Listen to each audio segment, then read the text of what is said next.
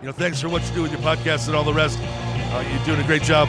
Hope everybody keeps tuning in. You get a lot of good info, a lot of insights, understandings of how to get strong, how to stay strong, how to use your strength. You do a great job, dude.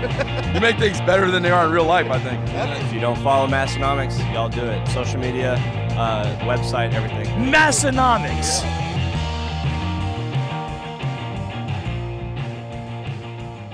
All right. I'm not going to get over how much I like listening to that at the beginning. Kind of gets you going, doesn't it? It does. It makes me remember all of those interviews too, and think about that a little bit, and gets you in the zone. Yeah, it was good times. And we are at episode 199 of the Massenomics podcast, the lifting podcast about nothing.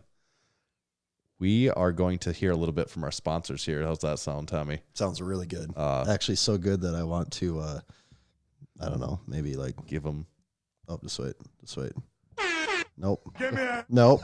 Ooh. Nope. Okay, there we go. Yeah. Today's show is brought to you by Lifting Large. Lifting Large is your one-stop online shop for powerlifters, strongmen, Highland Games athletes, CrossFit athletes, and anyone that lifts iron. Please visit liftinglarge.com today. There's free shipping on any orders over $60, and 99% of the orders are shipped the same day that they are placed. Today's show is also brought to you by Spud Inc. The goal of Spud Inc. straps is to make products that support sports performance and help everyone achieve their training goals. They make products that last forever, won't bust your budget, and most importantly, leave no doubt about success when everything is on the line. Check them out online at spud-inc-straps.com. This episode is also brought to you by Hybrid Performance Method. They are your one-stop shop for all things fitness and online coaching. Whether your goals are training-related, nutrition and body composition-related, or both, Hybrid has a program for you. With dedicated and experienced coaches in each strength and fitness discipline, you can rest assured that you're in the best hands possible. Make sure to use our discount code MASS in all caps for 5% off any training or nutrition memberships for the life of your membership. Visit hybridperformancemethod.com. Yes. Yeah. Thank you. Okay. Cha-ching, money in the bank. This show would be possible without our sponsors, but it wouldn't be possible for us to make money on the show without our sponsors. We actually couldn't do that and be honest about it, but now we can. That's true. You obviously loaded up the I board did load them, with some new sounds. and because I totally forgot what I put in, I kind of ruined half the surprise by pushing most of them already, but I do like the fact that we have this on rapid fire. Massenomics. Massenomics. It's always ready to go. Yep. So that's a good Gino. one. That's a great one to have on hand. We were talking about. I guess I can't talk. Can't spoil any surprises until. Slow it up there, Tanner. Don't want to let the cat out of the bag too early, but we already alluded in 198 that we have cool stuff coming in 200. So I probably won't spend 15 minutes talking about it again, but. Maybe just 10 minutes instead this time. Just one episode out from the 200. It seems weird even to say 199. It's going to be really shocking when people find out we're just not doing an episode 200. That's the surprise. That's what we're doing. That's the big shocker. We're done. That was it. We only had 199 in us. That was all. I'm excited for season 3 though. Yeah. It's going to be a lot of fun. That's true. I see you're wearing your new slippers. Oh, you know what? Papa Bear. Wow. You get to the point where you're going to be a dad, and all of a sudden you get to wear all the cool dad clothes. There's a lot of fun things that come along with being a dad. Yeah, I've already noticed that the clothes getting sent my way. It's like, oh, okay, this was totally not appropriate not that long ago, but I guess when you're a dad, you can do this stuff now. Yeah, you get and just think of the dad jokes. That I know. I'm evolving into my true self, I think. Yeah, the dad jokes never get old. Not if you're a dad. Nope. It's like your duty to hold that side of it up, right? I do a good job of it. You got to keep the tradition going. Yes. Yep. You have to almost become a living middle-class fancy character, don't you? That's kind of my goal. That's what I live my life on a lot, is trying to model it around what middle-class fancy guys are like. I think it's a pretty respectful life Things goal, do really. come up in my life, though, and I'll think, that's a lot like a middle-class fancy meme. I feel like especially in this part of the country, too. Yes. Yes. Where that stuff just never, ever phased out and nothing new came in. Right. Have you been What show recommendation did you give the last time? Oh, you did the. I did the Don't Fuck with Cats was my recommendation. Okay. Did you watch it? No, I don't think I was thinking of something else maybe, but I don't think I can bring myself to watch that. I just don't like the. I don't think I'll probably ever. Honestly, I won't ever be able to watch that because I just don't even like the thought of that. So I totally get it. I can't get myself to that. The other one that was on Netflix. Have you? I don't think you've watched it, but have you seen that there's this Aaron Hernandez? I did see, and I actually do want to watch that one. I watched the first episode of it so far, and I like it. I mean, I'm also a sports fan, and I remember all that happening, so it adds something to watching it. I think. Yeah, I saw it pop up. Even my wife was like, "Ooh, that looks pretty good." So there's a lot, but I mean, between the sports and the fame and whatever else was going on, I don't really know the full story, so that's kind of what pulled me in a little bit. My favorite garbage. We like in our family we have good television like that and things like that, but then we also sometimes we just we call them garbage shows. Yep. Things where you want something on, but maybe you're just gonna look at your phone or because you can't have The Office on 30 hours every 2 days. Like you got to break it up a little bit. That's a third category in our house. I guess we have good garbage and then The Office. Good garbage and then like The Office, Seinfeld is other things that we just have playing in the background, but our favorite garbage one right now is Slobby's World. Oh yeah. I have seen you have snaps of that in the background. Which have you seen it at all? I've seen probably the first 5 or 6 episodes. And it is funny. A lot of what Slobby has in his shop and stuff most of it has been overrated, underrated topics for us. Really? Like I mean, it's like because it's like Tommy Hilfiger. Well, and a lot of it is just like stuff from our childhood. Right, it is. Because isn't his specialty like 90s memorabilia? Yes.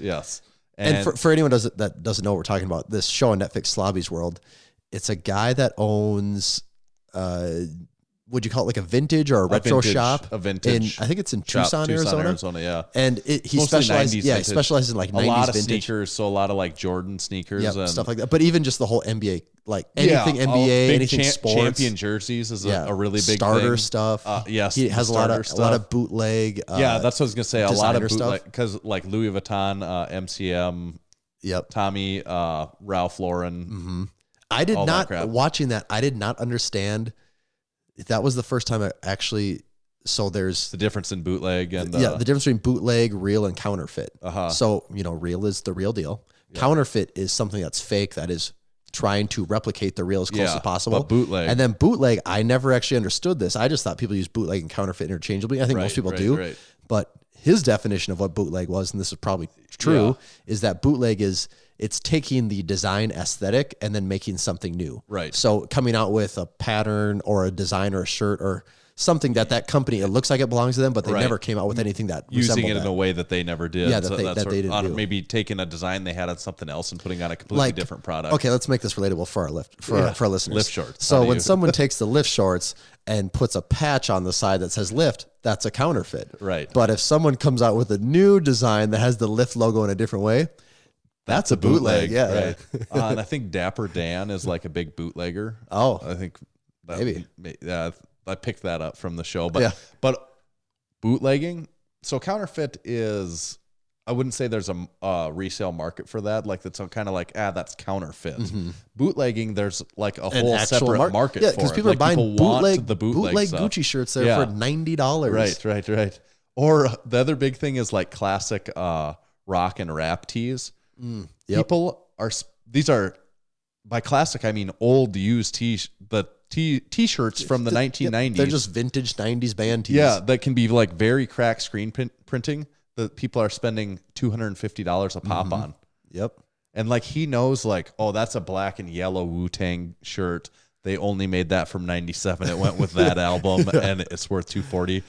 And like I would have to think most of these people in there are like, all right, I guess you said so. Like, I mean, I know that's the crazy thing about it. It's kind of like the Pawn Stars for younger people. I feel like that's not dealing with old Elvis memorabilia and weird samurai swords that may or may not be real. It's just so hard. Like on those T-shirts, especially, there has to be so many T-shirts because like these band tees, like people were selling them. They are parking lot tees and that sort of thing. Like they're selling them out of their car and stuff.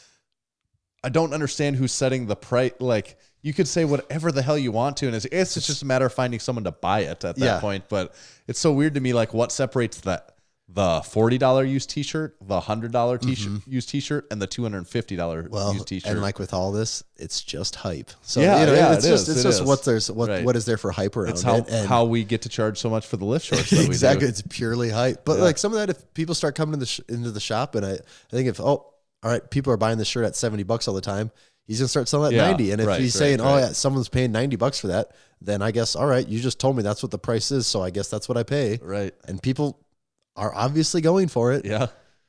But it was a little surprising to see how people will, for something that doesn't really seem that old. 90s is not that old. I like it though. That's why I like the show though, because it's like they have like Garbage Pail Kids cards and all the sports is heavy into the sports memorabilia stuff too. Like original Nintendo stuff. Yes. Or just like early video game stuff. A lot of that. Yep.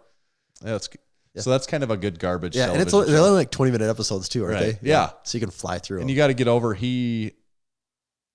at first his character maybe kind of, I'm not saying character, he's not playing a character, but his persona kind of rubbed me the wrong way. But after I've watched enough of him, I'm like, I think he's pretty he is annoying in that way, but he's also pretty authentically that. Like he's not like he is. He's not putting on a thing to act like this. Or if it's an act, it's just he's really, really, really good at the act. Yeah, so which is still possible. At this point, you get the pass because you're that good at it. Right. Yes, and that's kind of how I feel about him. At first, I was like, quit acting like that. You're not really like that. But after a while, I'm like, oh, you're really like that. So that's probably okay. Yeah. But that's a good garbage television show recommendation. I never had heard about it until just recently. I saw it on there. God, when it first came out, it was probably like over a year ago. And until you started watching it, I didn't even know it was like on there still. Yeah. And it's funny, like a brand like Tommy Hilfiger, who we talked about before. We've had it on Over Under. Yeah. The crap that they were putting they were putting that logo on anything and selling it. It was like snowboards and like they had like a basketball that had like a leather zipper basketball case and it's all plastered with the Tommy logo and stuff. It's like, why not? Yeah. If you can, why not? Right. God, that's the position I want to be in. Yeah, that's selling leather bags with the Massenomics logo on them to hold basketballs. Right. Our audience is clearly not basketball players, but God, you would have to just think to do it at that time, like like they were just putting it on everything and people would buy it. Got to ride that wave. Yeah. Got to ride that wave. So that was my your media. That's all I really had there. I did actually start a show. HBO has a new one called is it The Outsider? I think it's The Outsider is what it's called. It's based on a Stephen King book. It's only 2 episodes so far. Pretty good. Kind of creepy, a little weird, but got that Stephen King vibe. It's got that Stephen King vibe all over it. Yeah. I did. Speaking of television shows, I watched a Strongman television show on my TV. Oh, we got some refreshments here. I don't have a guess again. These are the same ones from last week. Literally the same can. My LaCroix consumption has been down a little bit, so we just got to deal with it. But in the meantime, we can get all hyped on these things. Ooh. I'm hyped on the pamplemousse. You know, when that LaCroix hits, it's... Oh, yeah. That's that action. Yep, that's good. So I was watching Strongman on my television. It was the Arnold Santa Monica, the last qualifier for the big Arnold here coming up in March.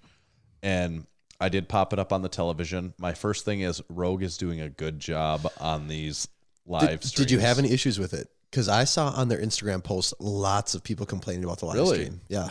No, and they even said we're working on it right now. We're getting it fixed. I saw that, so I didn't know if you were going to say you had major issues. No, and I guess I didn't watch the entire thing from start to finish, but I watched at least like 75% of it. I was kind of doing other stuff throughout the day and had it on, so maybe it was having problems while I, in those time frames when I wasn't watching it. But no, I was going to say it was great. They have these 2 announcers. One of the guys is that guy.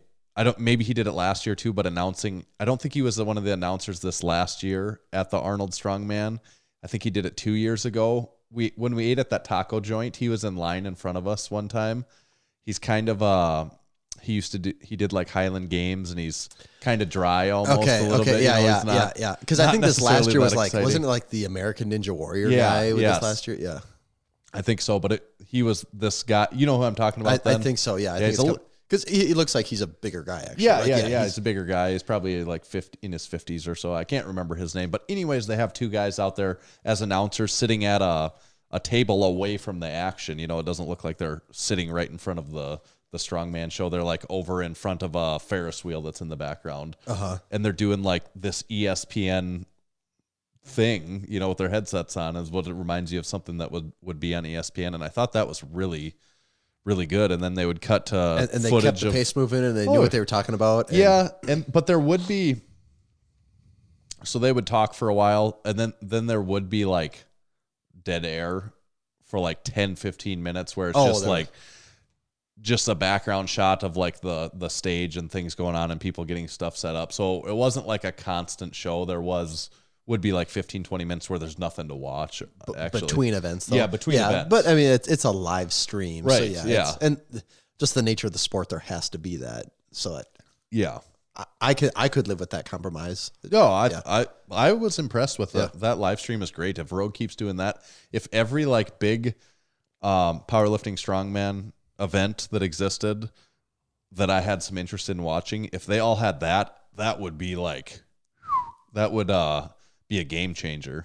You know, if the 5 biggest powerlifting meets in the world all had something as good as that would be very good. That would set the tone for people actually being interested in watching that. Yeah, and a level of entertainment value. Right. So that was kind of my first thoughts, is actually like the production of the whole thing. It looked good, and the setup of the actual competition all seemed pretty good and pretty professional. And Arnold's there, and Arnold is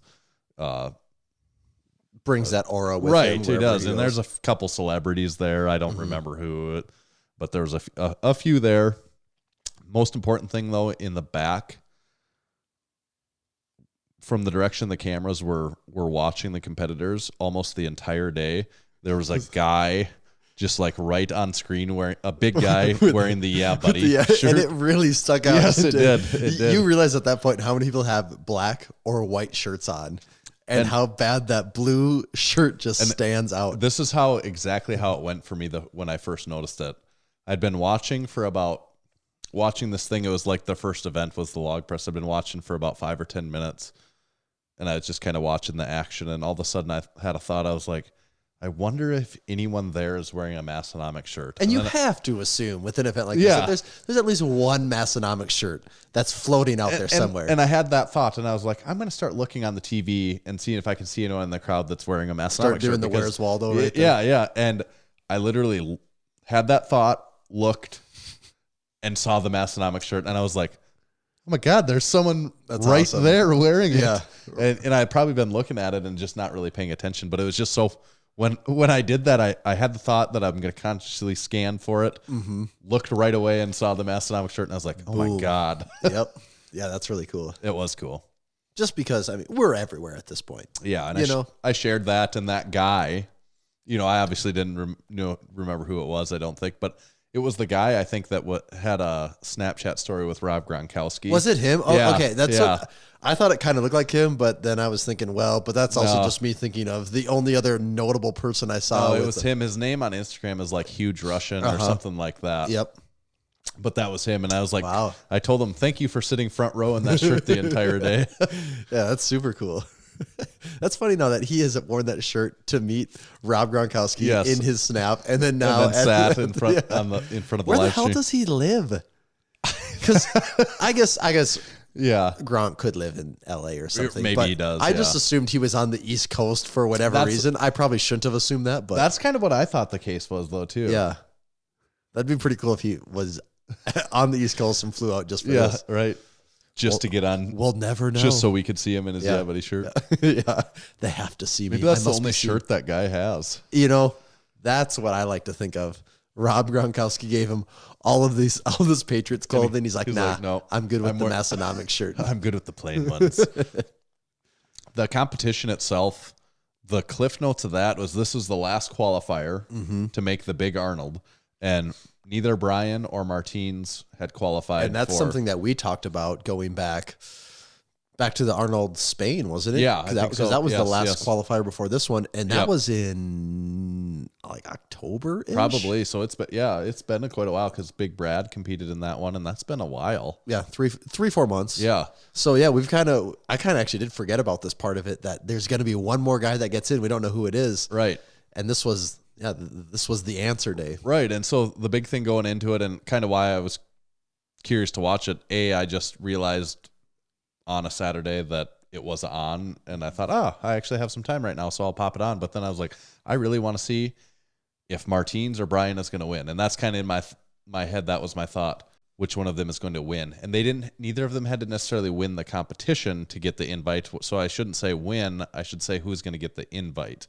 Because JF Caron, Alexei Novikov, and one of the other guys competing had already qualified. They had already won other qualifiers. So they didn't have to. It doesn't. Those guys could finish ahead of them, ahead of Brian or Martins, and they would still. Yeah, but those two had to beat each other. Yes, exactly. In order to have a chance, one would have to beat the other.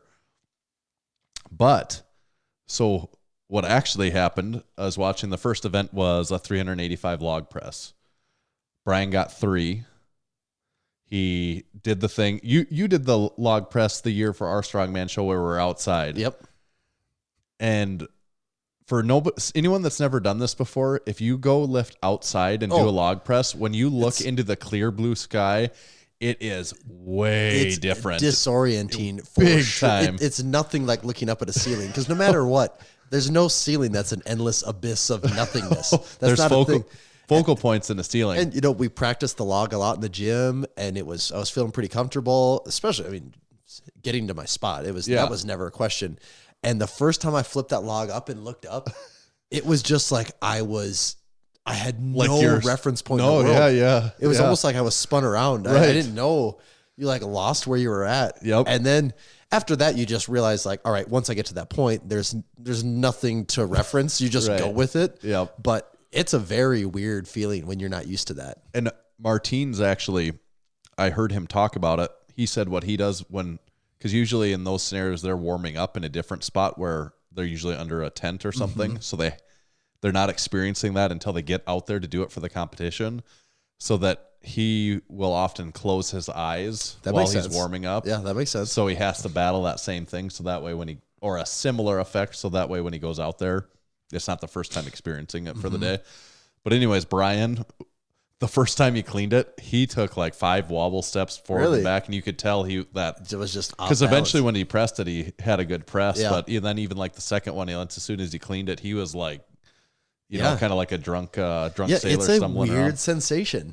It's not it's a bad sensation. I remember distinctly not especially if you're already fatigued from other events and tired, that's and to have something jammed up by your face to the point where you have to tilt your head back to you can't look ahead. You can't have I guess if the log's small enough and you're big enough, maybe, but on any log of respectable size, it covers your vision. So the only place you can look is straight up. Yeah.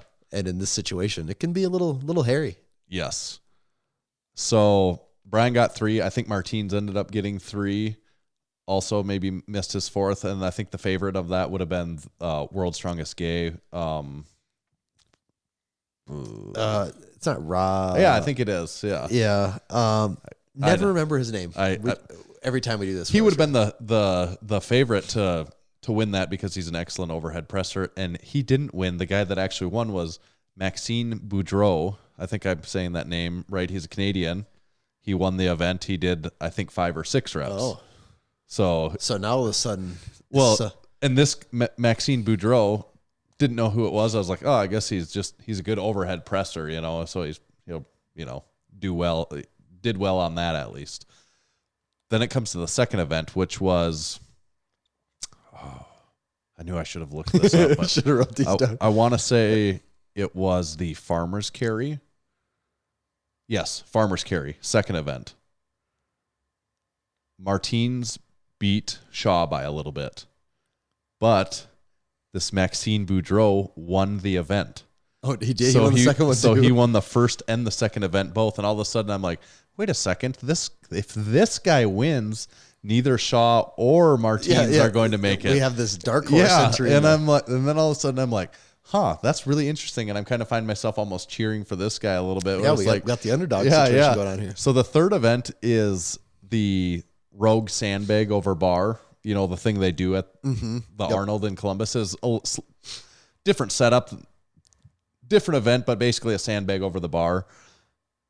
A good event for Brian, not that good of an event for Martins. So Brian goes out there and does well.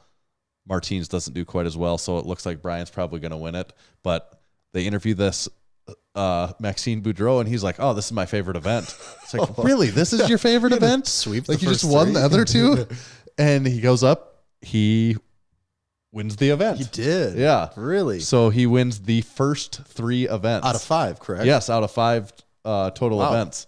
So this guy has and Brian and he's also competing with like JF Carone, and Jerry Pritchett, JF Carone, Rano Heinla. So had Alexei you seen this Novikov. guy ever compete? I've before? maybe heard the name before, but honestly, like one time, he's Canadian, and All right, so he seems to be an up and comer. Yes, I would say for sure. Brian, after 3, Brian's a little ahead of Martins, but this Boudreau is obviously in first. He's won all 3 events. The 4th event, though, is the deadlift, and that's where it's like, this guy does have a weakness. It's his deadlift. He finished quite a bit farther down the pack. I think it was a 775 deadlift. Shaw got 8. Did he really? Yeah. So, and that's where I was like, Shaw is. Yeah. And Shaw did well on all the events up to this point too, and actually. Was he finishing like in top 3-ish? Yes. Yeah. He was doing well. The farmer's carry he did pretty well. He had to have been in the top 3-4 of that. The sandbag, I think he got second. The log he did well towards the higher half end. The deadlift he did well. I think Martins tied him. I think they both got 8. So I think that they were up there, and Jerry Pritchett, whatever. But this Boudreau lost some points. But so 5th and final event we're going into. This Maxime Boudreau is ahead by 4.5 points over Shaw, and Shaw is ahead of Martins by 1 point. So Boudreau is in first, then it's Shaw who's about 4 points back, and then it's Martins who's 5 points back. So he basically like had to get in first to. Martins had to beat Shaw, and he had to beat Boudreau by like 6 places. Okay. To make up that 5. Okay. Yeah. So it wasn't just, you couldn't just have to win. You had to hope the other guy didn't. Yes. He had to beat Shaw, and he had to finish 5 places ahead of Maxime Boudreau. Otherwise, Maxime Boudreau could have got like 5th and still won, and those 2 could have got 1st and 2nd. But he had to beat Shaw too, because Shaw was ahead by a point. So going into this last event, I was like, this is like the most exciting strongman. There's something on the line. Yeah, here. like there's a lot on the line, and I was kind of rooting for Maxime Boudreau, and going into it, I don't necessarily have a favorite over Brian or Martins, but I found myself really wanting Brian to win, and I'm not really sure why, but it's just like I just want to see him at the Arnold. Well, at this point too, he pretty much is an underdog, and it's not a stretch to say that his time is limited. Right. So it's like, well, gosh, if he doesn't go to the Arnold this year, then it's not unrealistic to think he might not make it again. Exactly. That's not a crazy thing to say. Yes. So Brian, I can't remember the order then. Martins goes second to last. What event was this then? So the last event was the sandbag load medley. It was like a sandbag carry and load over a yoke. So it was a 300-pound sandbag, a 350-pound sandbag, and then a 400-pound sandbag. So a lot of the guys were not loading that last one. Some of the guys basically couldn't hardly pick it up. When I first saw that, I thought 300 doesn't seem super heavy for strongmen. Like, I mean, I picked up and carried a 300-pound sandbag like before. multiple people in the gym have. Yeah, right. And that's why I thought, that doesn't. I get it's at the end of the day, but that doesn't seem that much to me. But a 400-pound sandbag is a big sandbag, and also that being your last third one, and it was a good end of the day, and it was a decent. I don't know. You're usually not ending the day strongman with a medley. Right. Yeah, that's a good point. A lot of times that's the first event. That's one of the first 2, almost always. So out of that group, Martins was the first to go, kind of one of the last to go in the event, but before those 2 guys, because they were in first and second. So Brian and Maxine were going to get to go last, but Martins goes and kind of blazes it and has the best time. So he's in first with just like these Sean and the Canadian guy to go. And Sean, the Canadian guy's out in front on the first one because he's a little bit faster. Shaw's a little bit slow, just in general. By the time they do the second one, they're about even because it starts to get a little harder for Maxine, and Shaw, it doesn't really get harder for Shaw. They come to the last bag, and then Boudreaux is struggling to get it picked up and even moved, and Shaw's a little slower. You can tell he's slower than Martins, in general, but he still gets to the bar pretty quick. But then once he gets there, he's dog-ass tired, and he can't quite. Did he have the loading problem? Yeah, he can't quite. He got it like pinned against the bar, and what he had to do is like grab the crossbar with his two hands and like push it over with his gut. But that little thing he had to do took like an extra 3 or 4 seconds. Yep. And he was very tired. And then as he's doing this, the Canadian gets it about up to the bar and then drops it, and he can't pick it back up, and he doesn't get the last one over. And there was JF Caron had already gotten it over. Like there was a couple guys that had already gotten it over, and there was a couple guys that got to about the exact same spot that he was at. Mm-hmm.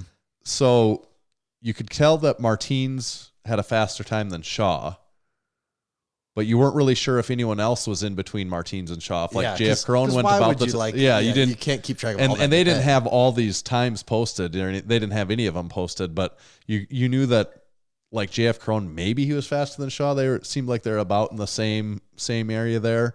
And then you didn't know how many people were in between Shaw and because do they just go to the time you had on the last load, or what is the tiebreaker on that? See, I don't know for sure. The announcers were talking like it was distance of that last bag, but I don't think they knew that. That's just what I could tell by the way they were talking. Yeah, because even just distance of the last bag, if everyone's getting it to the end, right? Which a lot of people were right. And that's not a time. So are they marking it? Yours was 2 inches closer to the bar than the other guys is. In that case, I'll be like, kick it underneath the bar. And also, that's a terrible tiebreaker. Yeah, exactly. So I think it was maybe time of the last load. That's to me what it probably should be. Time of your last successful load. But I honestly don't even know now how they scored that. So they're kind of everyone's standing around like Shaw and Martins and this Boudreaux. They're all standing around, none of them knowing who had won. So it was a really cool couple minutes there where it was actually suspenseful of finding out who the winner it was all completely over and nobody knew who the winner was. And you could see Jan Todd goes up to Shaw, and she's talking over like placings and numbers or something, and like Shaw's doesn't look happy. Yeah. I could see that. And I was like, I'm guessing he didn't win, and he's out excited of the cut. about it. Yeah. And they announced that Martins had won. So like just one enough person slipped in there that it ended up being separated by just a couple points for all three of those top three. So it was really good competition, but Martins is going to be at the Arnold with us this year. Cool. So do we know the full Arnold lineup then? I think it is set then, yes. Now, I don't know all of it, but I know Jerry got in too because they took the two best points leaders that didn't win. The two people that did the series that didn't get an automatic qualifier but scored the most points throughout the series. Those two would have been Jerry Pritchett and not Ronno Heinle, but the other shorter guy. Is it like Balzac? Yes, those two, I think. Yep. Yes. So I don't think did Shaw not do the full? No, he did. I think this was like only the second one he did. Yeah, that's what I thought. So like he wasn't in the South Africa one or something. Jerry and that. Balzac, they were just pretty much locks to get the two. Yeah, because those guys kind of get doing the world's strongest man thing, so they usually miss out on like one or two of these, don't they? That's how it's kind of gone, right? Yeah, I think so. Yeah. Or people might get in the Giants live and that sort of thing. Yes, Wow. Well, but after seeing it though, I was like, man, I really wish that they would invite all three of those guys though. Yeah. Especially if it's like that good of competition. Right. It's fun to watch, but you could make the argument, well, if that's what they're doing to scrape in, then there's already better people there. But also Strongman is so event based that you never know. And also though, like there's so much there. It is cool because there's so much parity in it now, because Martins is the reigning world's strongest man. Mm-hmm. And he did have to scrape in on the last qualifier by a point against two other guys. And then one guy really in like the world of the top tier people being an unknown too at that even. Definitely unknown. I mean, he's known if you really follow Strongman closely, but if you're just know the top 5 people, you would have never heard of him ever for sure. You would not know that name. Wow. But that was my takeaway, that there's a lot of parity in that sport right now. Like going into this, I'm like, well, geez, Martins did just scrape in, but he could still win the Columbus Arnold, and it wouldn't be surprising. Yeah, he definitely could. That is the crazy part. Right. Of it. Yeah, it just depends on the events, who's feeling good on that day. That is the thing about Strongman, is it can always really be up in the air. Yep. It's kind of what makes it exciting as a sport, you know. That's true. And also the fact that they can have some sport to it. Well, that's why there's some differences there of why Strongman is, even though I also very much like powerlifting. Oh yeah, there's just something more exciting about the idea of watching Strongman, and that's part of it. Yeah, 100%. Yeah, I mean, there's other factors at play, but that's certainly part of it. Yep, you are correct. Now we're going to read some ads. All right. Today's show is brought to you by Lifting Large. Lifting Large is your one-stop online shop for powerlifters, strongmen, Highland Game athletes, CrossFit athletes, and anyone that lifts iron. They have over 2,100 training tools from the top brands like Titan Support Systems, ER Equipment, Spud Inc., Skull Smash, ProLock Collars, Kabuki Strength, Texas Bars, Pioneer Belts, and more than 15 other manufacturers. Lifting Large has been serving strength athletes around the world through their online store for over 15 years. Owners Mike and Teal Ottoman have over 55 years of experience competing in powerlifting, strongman, and Highland Games. They hold multiple world and American records, so you can rest assured knowing the products they carry are the very best in the industry. Visit liftinglarge.com today. There is free shipping on any orders over $60, and 99% of orders are shipped the same day they are placed. Listeners of the Massenomics podcast can save 20% on Lifting Large branded items. Just use discount code MASS20 at checkout. That's MASS20 at checkout to save 20% on Lifting Large branded items. Place your orders at liftinglarge.com, and you can follow them on Instagram at liftinglarge.com. That's liftinglarge.com. Yeah. The Massenomics podcast is also brought to you by Spud Inc. and the Spud Inc. men's and women's 2-ply deadlift belts. If you are used to blaming your leather belt for being too painful and preventing you from getting parallel, then you won't like the Spud Inc. Deadlifter belt that's made of comfortable nylon that does not pinch. Deadlifting in a traditional leather belt just sucks. Tighten it to where you need it, and it cuts into your stomach or stops you from reaching the bar.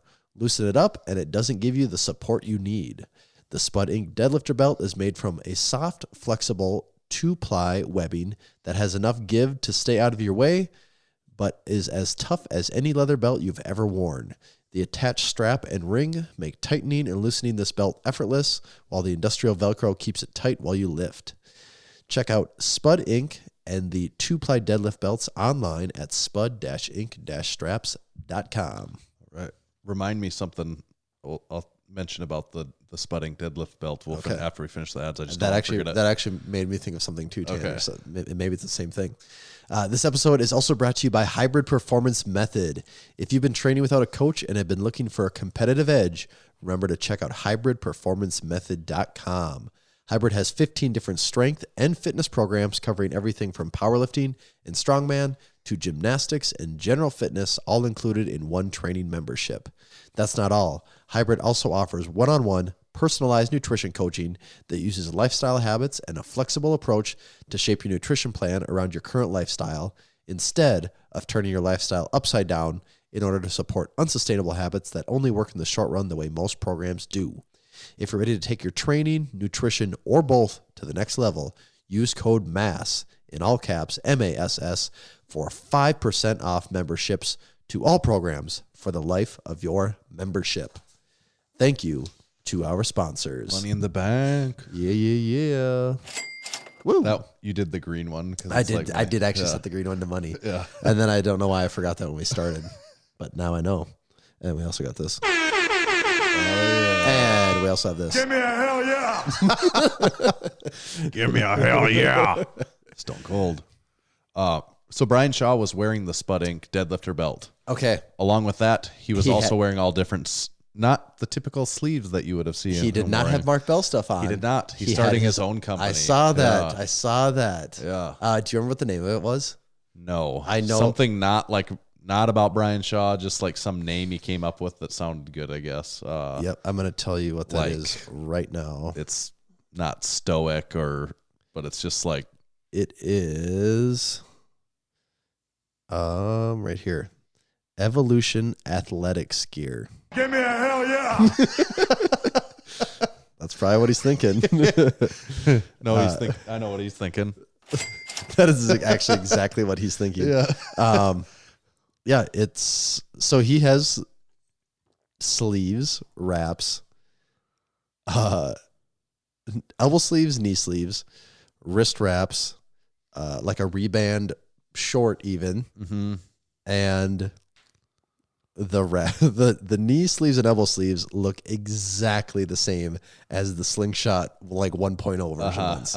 Like exactly this. It's probably the same knees. Right. Probably just got it from the same factory in China and just put a different logo on it. So he's obviously not sponsored by Mark Bell anymore. Like It slingshot. doesn't seem like it. I bet there's probably no hurt feelings over that. He probably said, "Yeah, dude, I'm starting my own thing now." And he's like, "Okay, that's cool. I'm obviously not going to pay you to wear my stuff anymore." But yeah, that's. I think it's interesting there. A lot of his stuff and shirts are like Shaw strength and things are Shaw strength.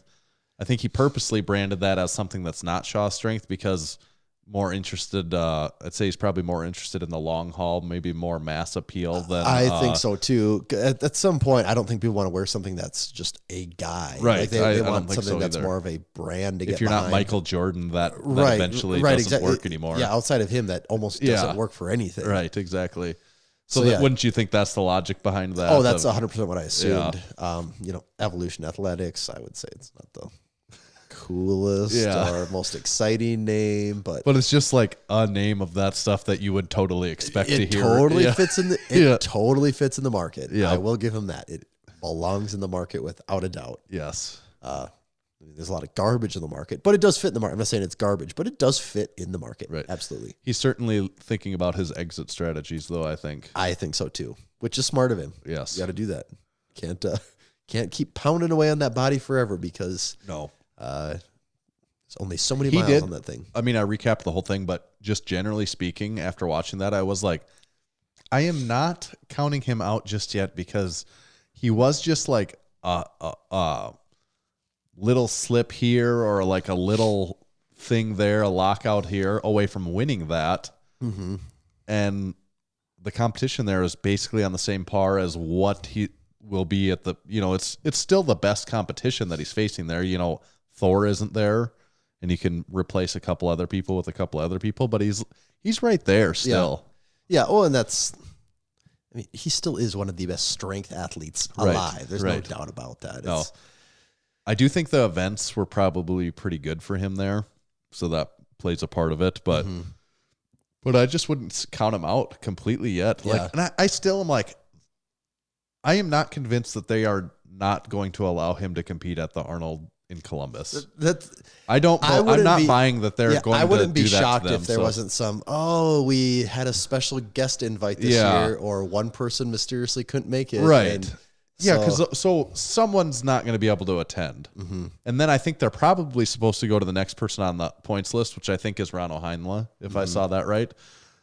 But what do you think? So I guess what I saw, like Cale Beck of Starting Strongman, his point is like, this is what makes the Arnold good because they have set rules of qualifying, and it's not just, hey, you have a name, so you get to do it. Someone showed up. And we're not really sure how they got here, but but that's what makes this credible and real. It's what makes it real. Like in the NFL, just because the Ravens were cool this year and good, that they don't just get to be in the Super Bowl. Yeah, they don't get to be there.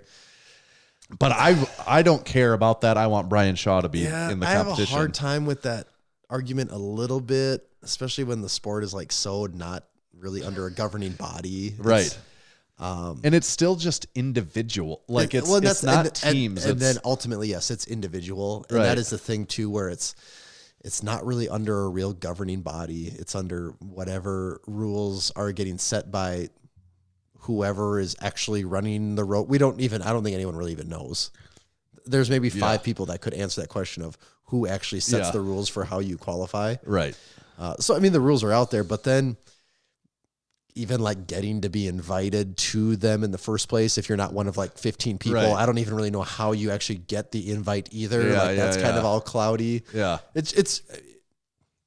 There's a group of 20 guys that know those answers to those there's a group of 20 guys, and those are the 20 guys that compete. Oh, yes, they get that option. Yeah, and then, okay, so I guess we weed out the 10 underperformers.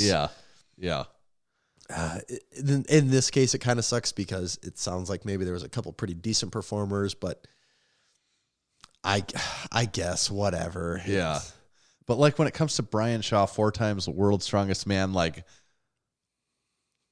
arguably one of the best ever and arguably still one of the most famous. He's still one of the top 3, easily, either 2 or 3 famous. Well, Eddie Hall, if you consider him still, but he's just based on the top. fact that English speakers can say his name correctly. Right. Yes.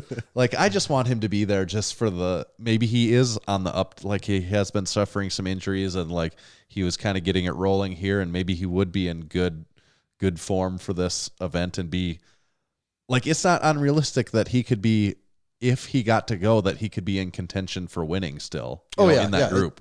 So that, like, that being a fact, it's kind of a shame to me if he doesn't get to do it. I agree. Yeah. But it's then tough because it does look like, well, it's already kind of not like a real sport in the way that, and then when it's just like, oh, all right, so-and-so didn't make the championship, but we're going to invite them anyways. Like, well, they really But also are. is the point, it's not a real sport. And it's not fucking going to be a real sport. So let's just do like who are we like holding up this authentic rules to, like when like you do got a point. But I do get it where it's like, well, it's a slippery slope of eventually it's like, then you go back to there is no qualifications, we're just picking the 10 people that we like the name of. And then I'm just glad I'm not involved in that at all. If they invited him, I would have no problem with it, and I'd say sure, fine, that's probably a win for everyone. I think I think the only people he and Thor are an exception to the rule. There's like they get to come no matter what. I think the only people it's a loss for is the other competitors that don't want to lose to him. That's right. It's a win for the spectators. It's another exciting person to watch. Right. Well, and it's a loss if someone else doesn't get to go that rightfully. And if they kick someone out because of it, but in this case, we're talking about an addition, not a subtraction and right. Yeah, that's what I would say is adding on one more person that you would have otherwise not had. I don't know. Yeah. There's a lot of ways to look at that, but yeah. I get this. I get it all, but I just would like to see him there. It's just like my thing is we are people that are there, and it is more exciting when Brian Shaw and Half Thor are walking around and it's like, and people are like talking about it like, holy shit, did you see what Thor did yesterday? You know, like it's just like it's buzz in the air. Yeah, it's way more exciting for them. It's probably good for business for not only for Rogue and everyone, all the sponsors involved, but it's good for business for those guys' personal brands. Oh too. Yeah, like Brian Shaw doesn't want to. I mean, it's pretty safe to say this is going to cost him money. Yeah, he was going to. He probably still can chip that stone record that he does every year. But that's the thing. That's what. Anyone can get invited to the record breaker thing. Okay. So if he doesn't get to compete, I would be surprised if he's not there to do some record breaker thing. Yeah, you're probably right. Unless he like doesn't want, and unless it's like embarrassing to him to be like, I didn't make the cut. So I'm just here lifting the stone that I lift every. Well, he'll probably. What did they pay? Like $5,000? Yeah, 5-10. I mean, fuck. It's a pretty when tough. It's something that he already knows he can do. Pretty tough thing to beat when you just got that thing unlocked. Yeah, and he's gonna be there. I would think Brian is gonna go to. I have to check the list. There might be an Evolution Athletics. That's what I wondered. I mean, why wouldn't there be? I mean, if there's not this year, there will be next year. Like, if you're a business person, you would make that. You would make this that a plan. space. Like that's the trade show that you would go to. Mm-hmm. Absolutely, we go to it. we go to it. Come on. What more do you need to know? Yeah. Enough said. Yeah. Wow. There was a couple other big things in the world of strength, more on the powerlifting side of it. Last week, we were going to talk about it and kind of didn't have time, but Julius Maddox continues to just do ridiculous shit. Whatever he wants on the bench. Yes, he did. This time it was 755 pounds for a gym PR. Because why not? And it really just didn't look hard. It looked way too easy. Way too Yes. easy. So I don't know what his gym PR was, or I don't know, but it's at least 5 pounds more than he's ever benched before, and it's did not look hard. No, like it just I don't didn't look know. I can't think of anyone I know that's ever set a PR in the gym benching that looked that easy. No, there was no slow point in it true. at all. And this is the guy that's better at benching than anyone in the world ever has been before. Yeah. And like a PR for him is still fast. Like, yeah, it easy. Doesn't make sense. No, we talked about it like when he set his last world record. Like if we'll see him bench 800 pounds eventually, it kind of seems like he will. Well, judging by how that looked, it looks like you could do it right now.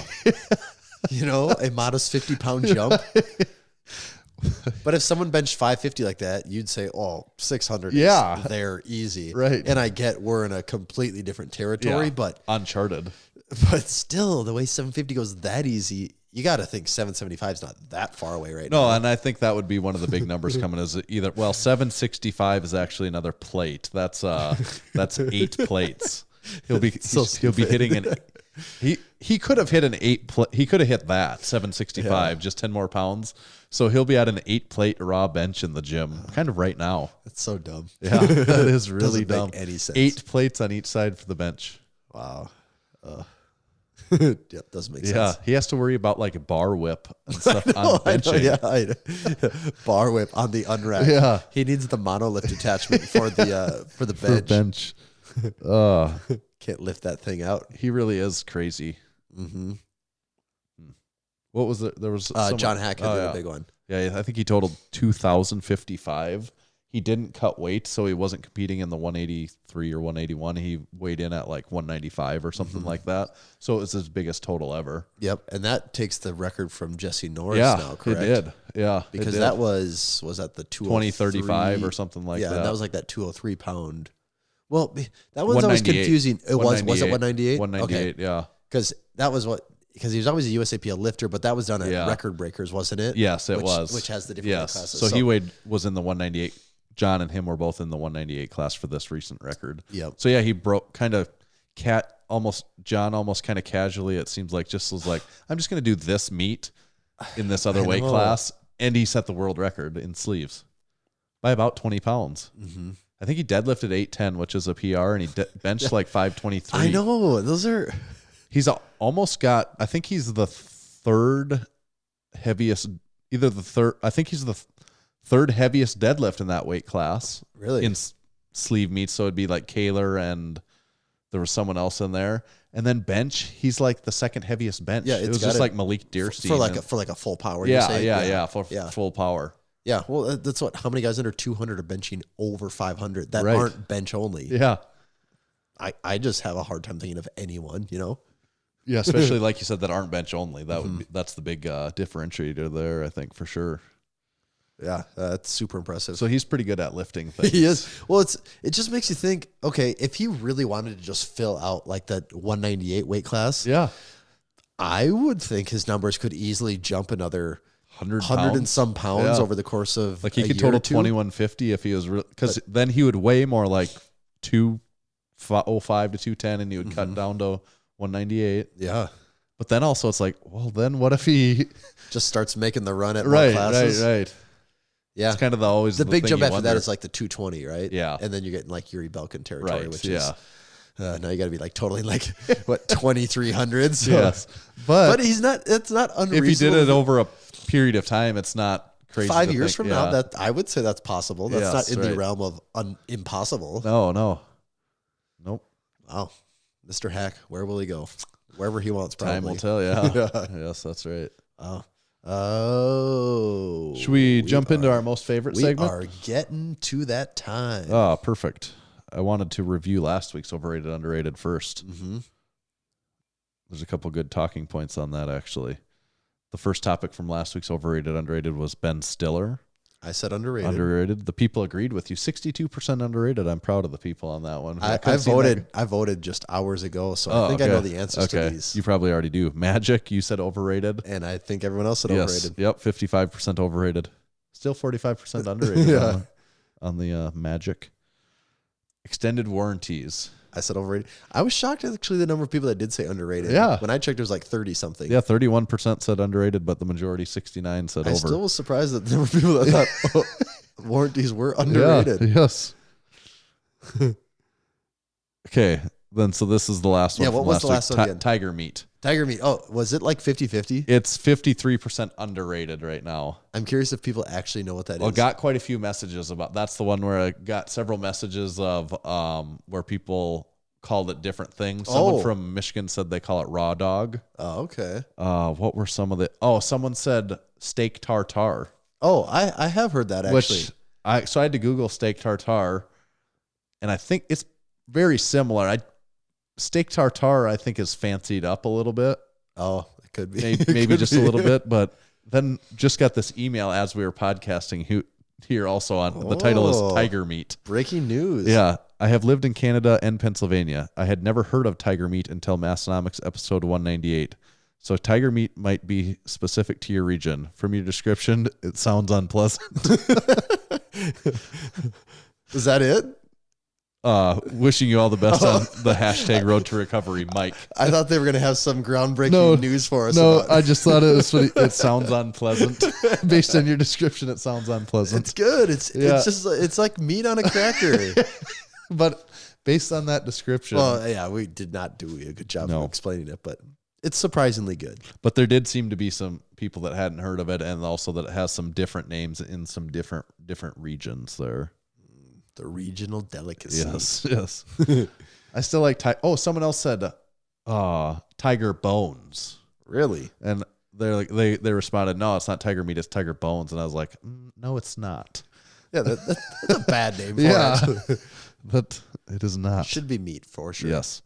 Okay, so that was last week's wrapped up. Now we'll jump into this week's topics. We got a good slate of topics for overrated, underrated this week. I like a good slate. Are you ready? I'm ready. All right. We don't have a specific overrated, underrated. I forgot that button, actually. What's this button do? Push it.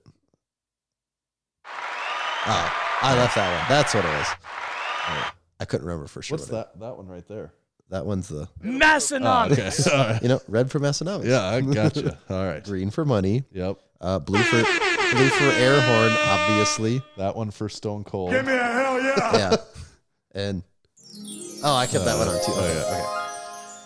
Okay, so topic number 1 on episode 199 of Overrated, Underrated. Overrated or underrated air fryers? Okay. So, as someone that's lived the full life cycle of an air fryer here, I can say without even using one, my brain said overrated. And we got one as a wedding gift. Didn't even ask for it. We just got one as a wedding gift. And I thought, well, this is a dumb thing. I'm very against having extra devices in the kitchen. It's just the kitchen is one of those things. You can get a lot of them. Oh, there is a specialized tool, much like the gym. There's a specialized tool for anything you ever need in the kitchen. Yep. And a lot of them don't work as good as just knowing how to just do something the right way. And we had this air fryer, and it sat in the box for probably 6 months before we took it out, used it, and I was like, it's okay. And then you kind of get in a pinch if you have some of the food that goes good in an air fryer, like chicken strips, things like that. Chicken strips, yeah. And you take that air fryer out, you put them in the basket, you turn the dial to 10 minutes, you walk away, and they're pretty damn good. Yeah. You didn't wait 10 minutes for the oven to preheat, another 15 for them to cook, and that whole, really we're not talking about anything that's a real problem, but there's just something about pulling out the basket, doing it, and it's easy, and it's crispy, and it's good. And that's why I want to say underrated. But they do get hyped up a little bit too, though. That is true. They do get hyped up a little bit. They're kind of the kitchen appliance of the. It's right up there. To me, it's right up there. I feel like I became aware of it around the same time as like the Instapot. Right. And those were like two kitchen gadgets that were getting hyped up big time at the same time. I'm still going to say underrated just because I do enjoy having one in the kitchen. Yeah. And if mine broke, I'd probably get another one. So if that means I'm going to get another one, I think that means I think it's underrated. That's a good point. So you said underrated. Yeah. Do you have one? We have one and we use it a lot, especially with kids and stuff. It works. Yeah, out good it's for a like lot that's of like things. what it's perfect for is like kid food. Yeah, especially. chicken nuggets. Yeah. Actually, and I heard people haven't done it. They cook hot dogs in them. They Really? say it's good. Warming up old pizza, like cold pizza in the I air believe fryer. that. People I say believe that's that. good. So if you don't like it like soggy from the microwave, Yeah. Really anything. you can put anything in there. You totally can. But it is so funny, like what you explained, that it's kind of like maybe it took over the Instapot a little bit, or they're about the same time. But then, like, what about when it was like pizzazz pizza makers? Like, I think everyone bought one of those. Oh. And now, how often do you see somebody use one? Between the pizzazz pizza makers and the George Well, Foreman that's grill? the other one I was going to say. The George Foreman grill. Everyone bought those. If not, they had one. They had two. I don't know if I ever knew of a house of guys in college that didn't have a George Foreman grill in it. And now, how often do you see a George Foreman grill? I couldn't even. Or a pizzazz pizza maker. Everyone I knew had one, and like now now it's just there's a few people that hold on to it that are like, okay, that's my. But I wonder if method it's because it was at that age though. Like, did you know like families that had it, or was it just all like kids just I don't know. shitty stuff in college? Because everyone that I knew that had a pizzazz, I only knew people that had pizzazzes in college. Maybe I didn't know that's any like families that had a pizzazz. Yeah. I did know there are some households that have the actual like the pizza corner pizza ovens, you know. But that's kind of that's a pretty nice device, though. Especially like the stainless steel yeah, one. yeah, right? like it's got the crumb tray underneath it. Yeah, that thing's the real deal. Yeah. Okay, but so air fryers underrated. Yeah. Okay. The real question is George Foreman grills. Are those overrated or underrated? We might have to touch on that in another week here. Overrated or underrated Birkenstocks? Birkenstocks. I don't have a pair. I've never had a pair. I actually didn't think that they were really, anyone still wore them until it seems like actually they are becoming somewhat popular again. I've been out of the loop on the Birkenstocks game though. I'm gonna go. I think they're a little overrated. It is I've never had $100. a pair. It is $100 sandal at the end of the day. So I've never had a pair, and I probably think that's something I could say that I will never have a pair of them. I supposedly they have it's like a foam. It's not foam. It's like a synthetic one now. I can't think of what the hell it's have called. a different look to Yeah. it? Oh yeah. It looks like Okay. almost like a Croc. It's almost like a Gotcha. Croc. They have Yeah. like one like that. And a lot of people say those are super comfortable and light. I'm not going to say I would never do it, but I probably will not. It's just not my favorite look for myself. Yeah. Yeah. I don't have anything against someone else wearing it, but it's not my Yeah. favorite thing for me. Yeah. I'm on the fence, but I'm going to say overrated. Overrated or underrated Michael Jordan? This is a tough one. I did think that this is a tough one. Because just Michael Jordan is a pretty broad thing. Yeah. There's a lot to that guy. Yeah, that's a lot to unpack. As a player, is he overrated? He's one of the most hyped up players of all time. That's what part of what makes it so tricky. Rightfully so. Yeah. I will tell you what's overrated. His shoes, you can look at Nike. There's a reason they only re-release like from the 11 on down. Because those are the only ones people really care about. Right, yep. They still keep coming out with them. At this point, they're just doing just a performance thing. So I think the 34 just came out. I think or Really? 35, yeah. And I think people still say Well, it's a the pretty ones good. that Michael himself wore that are the the ones that that's- he wore when he and played. that's just all. Up until 97. Well, like and it's those are just that's all Nike. The whole hype of their whole sneaker collection goes just on re-releases of the ones. Yeah. And ones, threes, 10s, fours, 11s, fives, Yeah. 10s, 11s. Yeah. No one cares about twos.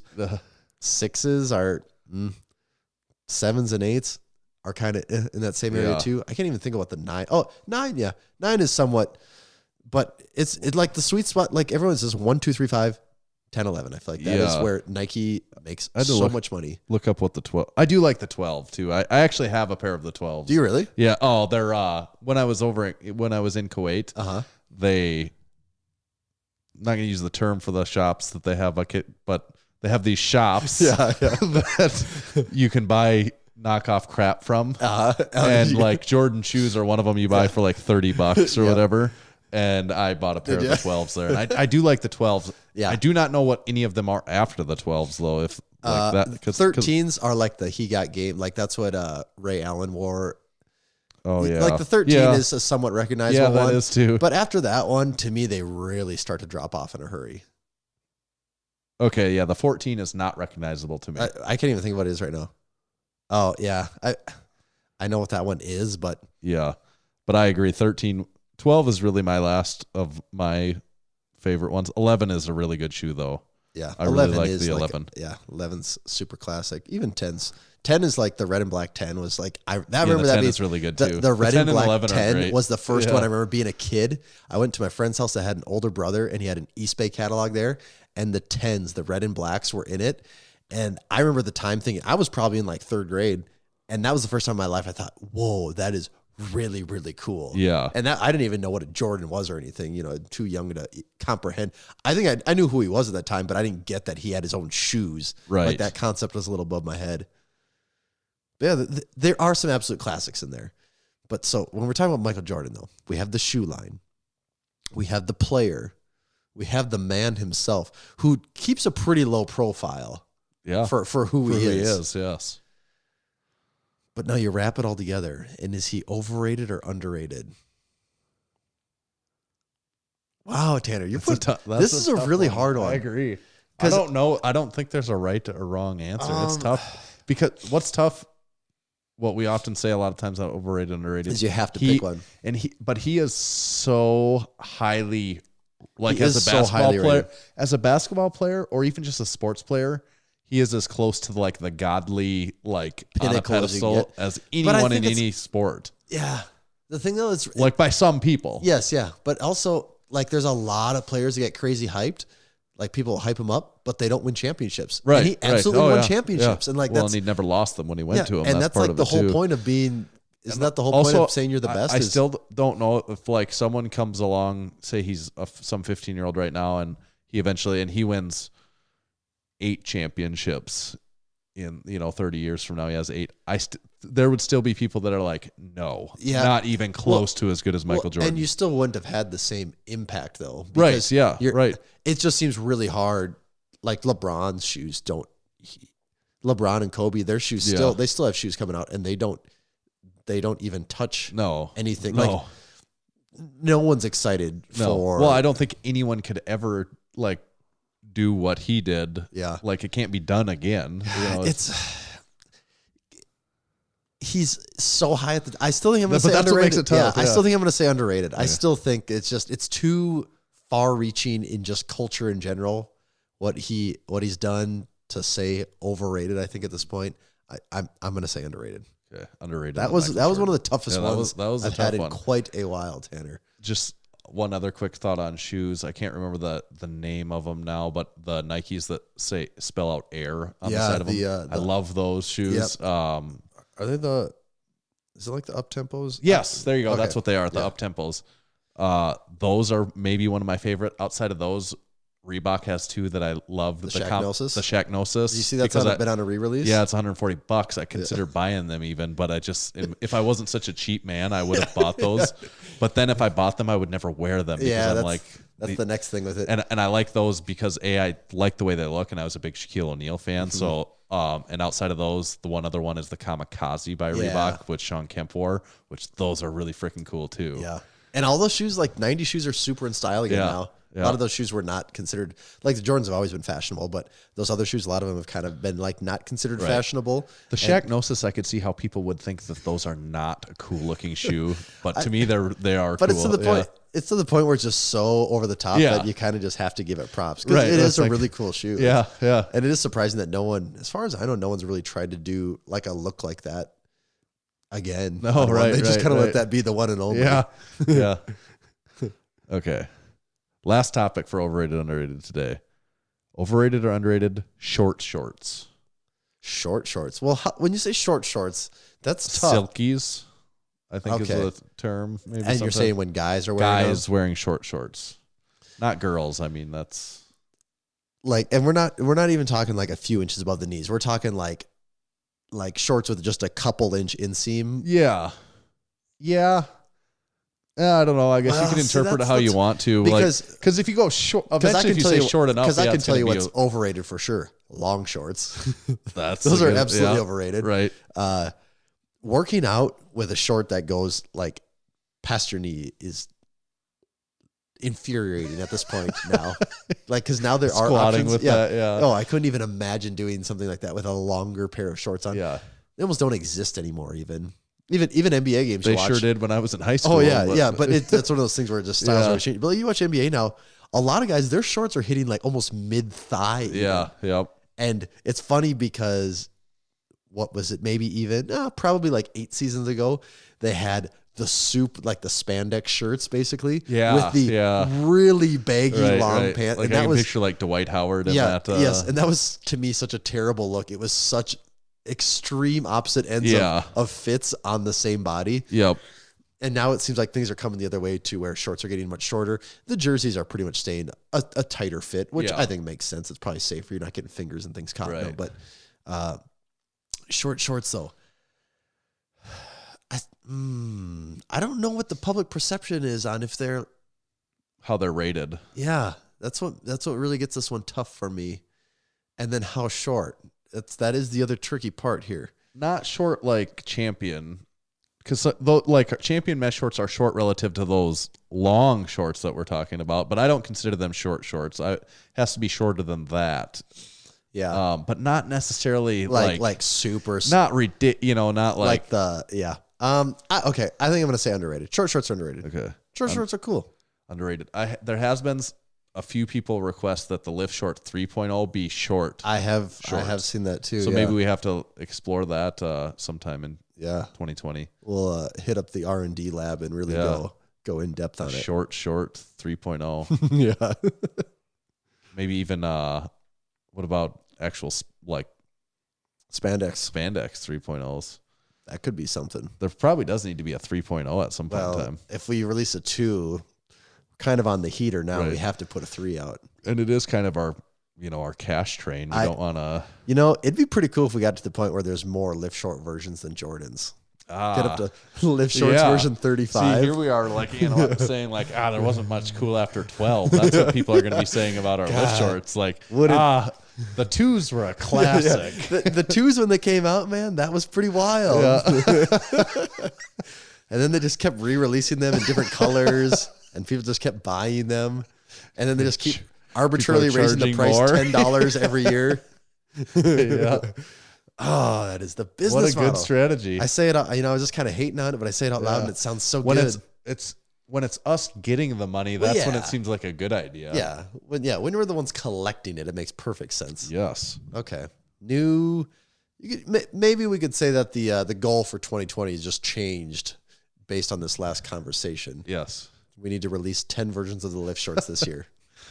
Each one more expensive than the prior. Just to get as much distance as we can so that the ones we actually kind of be the OGs. You said like we did charge more for the 2s. We did arbitrarily charge $1 more. So if we just keep arbitrarily charging $1 more, by the time we get to the 35s, we're up to like $60. Yeah. I like it. It's the perfect plan. It is. It's foolproof. It is. Okay, that's the end of our show. We never told you to buy our stuff at our store, so make sure to go to our store and buy our stuff. Mm-hmm. Would that definitely kind of sum that part of it up? You can subscribe to us on YouTube, like us on Facebook, go over to our website, and you can subscribe to our newsletter. You can shoot us emails at getbig@Massenomics. That's the majority of that stuff. Mm-hmm. We want to let you know about our sponsors again one more time today. Today's show is brought to you by Lifting Large. Lifting Large is your one-stop online shop for powerlifters, strongmen, Highland Games athletes, CrossFit athletes, and anyone that lifts iron. Please visit liftinglarge.com today. There's free shipping on any orders over $60, and 99% of the orders are shipped the same day that they are placed. Today's episode is also brought to you by Spud Inc.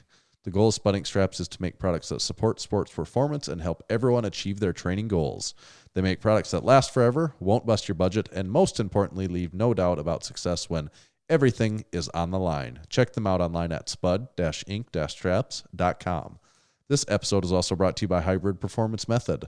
They're your one-stop shop for all things fitness and online coaching. Whether your goals are training related, nutrition and body composition related, or both, Hybrid has a program for you.